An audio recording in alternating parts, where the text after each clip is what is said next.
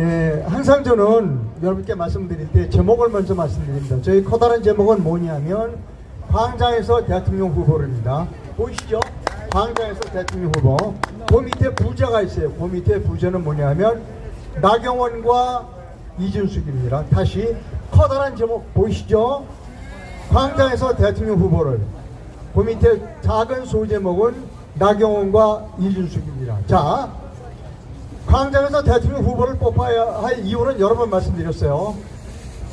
광장에서 뽑히지 않은 사람들이 대통령이 되고 국회의원이 되려고 노력을 하니까 나라가 이 모양 이 꼴이 됐습니다. 그래서 이제는 그런 사람을 믿을 수가 없어요. 더불어민주당도 믿을 수 없고 국민의힘도 믿을 수 없는 나이입니다. 오직 애국자들은 광장에 모여 있어요. 따라서 대통령 후보는 광장에서 뽑아야 한다는 것이 제 생각입니다. 자, 이제 그러면 부재 나경원과 이준석이라고 하는 부재에 대해서 오늘 말씀드립니다. 먼저 나경원부터 말씀드립니다. 나경원은 어떤 사람인가 하면 굉장히 똑똑합니다. 여러분 말하는 거 보세요. 굉장히 똑똑하죠. 똑부러지게 얘기합니다. 근데 기본적인 문제는 뭐냐면 나경원이 입달고 있는 두 가지 문제가 있어요. 첫째는 부정선거에 대해서 얘기하지 않습니다. 나경원은 예전에 4.15 총선에 떨어졌어요.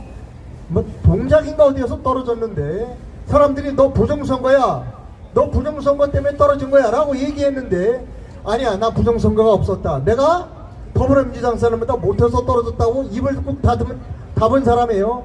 그 대가로 시진핑이 왕우링을 시켜서 야 다음에는 제 국회의원 줘라 그래서 국회의원 됐어요. 즉 우리나라의 국회의원과 대통령은 누가 뽑는다? 국민이 뽑지 않아요. 시진핑이가 임명합니다. 맞습니다. 자, 그래서 나경원이 또 하나 책임이 있어요. 뭐냐면 박근혜 대통령 때 제일 앞장서서 악랄하게 박근혜 대통령을 탄핵으로 이끈 사람이 나경원입니다.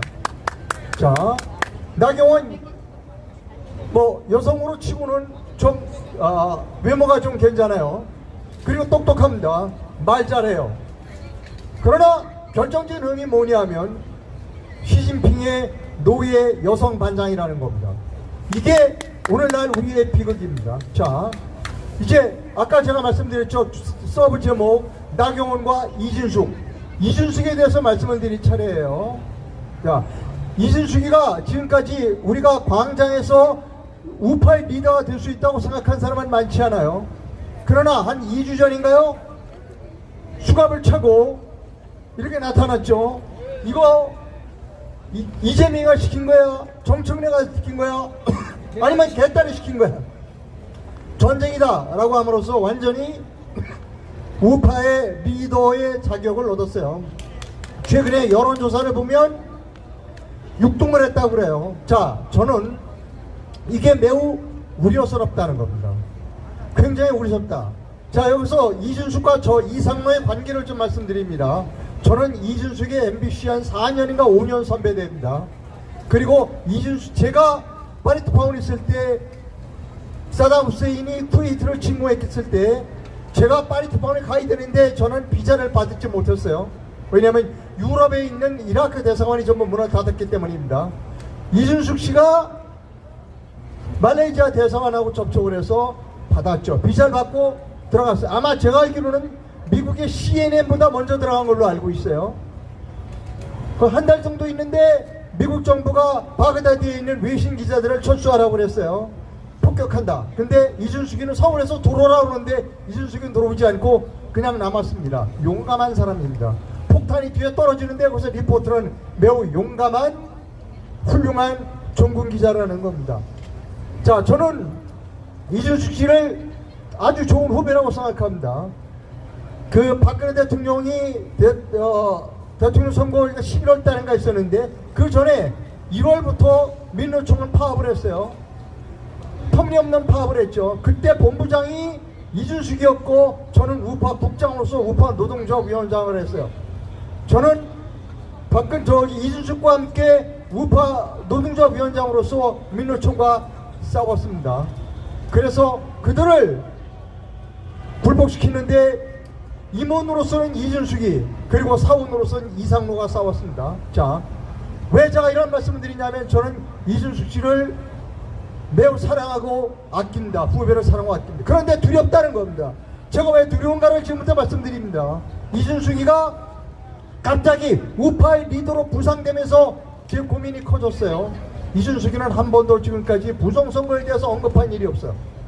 즉 부정선거가 있었다라고 얘기하지도 않았고 부정선거가 없었다라고 얘기하지도 않았다는 겁니다. 자, 이준숙 씨가 지금 우파 지도자의 반열에 오르기 시작했다. 첫째. 둘째, 이준숙이는 부정선거에 대해서 언급한 사실이 없다. 셋째, 이제 많은 우파 시민들이 이준숙을 외치기 시작한다. 이게 두렵다는 겁니다. 자, 이제 제가 선배 이상로가 후배 이준숙에게 하고 싶은 얘기를 뭐냐면 훌륭한 종군기자 좋아. 그리고 매우 용감한 고위 관료 좋아. 그러나 이제 정치인으로 나서겠다라고 하면 분명하게 부정선거에 대한 입장을 밝혀야 된다는 겁니다. 이거 밝히지 않고 그냥 이준숙 하게 되면 우리는 대단히 커다란 낭패를 당할 수 있다는 겁니다. 자, 지금 서울 시내 여기저기에서 집회가 열려요. 광화문도 열리고 대한문 앞에서도 열리고 이 서울역에서도 열리고 또 다른 데서도 열리고 강남에서도 열립니다. 저는 이준숙이를 좋아하고 이준숙 씨가 우파의 리더가 됐으면 좋겠고 이준숙 씨가 대통령이 됐으면 좋겠어요.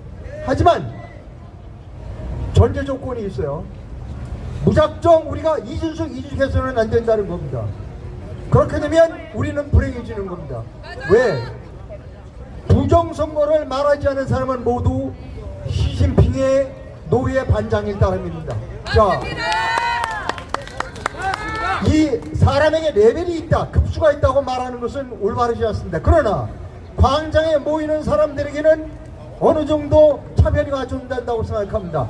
여기 서울역에 앞에 계시는 여러분들이 여론을 주도해야 합니다. 여러분들의 책임이고 여러분들의 노력이고 그리고 여러분들이 노력에 따라서 대한민국이 달라질 수 있습니다. 무작정 이준숙이를 외치지 말라는 겁니다. 이게 우리에게 주어진 사명입니다. 그래야만 된다는 것이죠. 계속 부정선거에 대한 언급이 없이 이준숙은 대단히 위험하다라고 하는 것을 말씀드립니다. 오늘 커다란 제목은 광장에서 대통령 후보를, 오늘 작은 제목은 나경원과 이준숙. 저는 이준숙의 나경원화, 즉 제2의 나경원이 돼서는 안 된다는 겁니다. 여러분, 제가 구호를 치겠습니다. 자, 구호를 칠게요. 이준숙 하면 서버가를 외쳐주십시오. 서버가를 외치지 않는 이준숙은 제 아무리 후배지만 의미가 없습니다. 여러분이 가장 수준이 높은 분이에요. 여러분만이 대한민국을 살릴 수 있어요. 맹목적이어서는 안 된다는 거예요, 여러분. 자, 이준숙 하면 서버가 3번입니다. 자, 하겠습니다. 이준숙 서버가 감사합니다.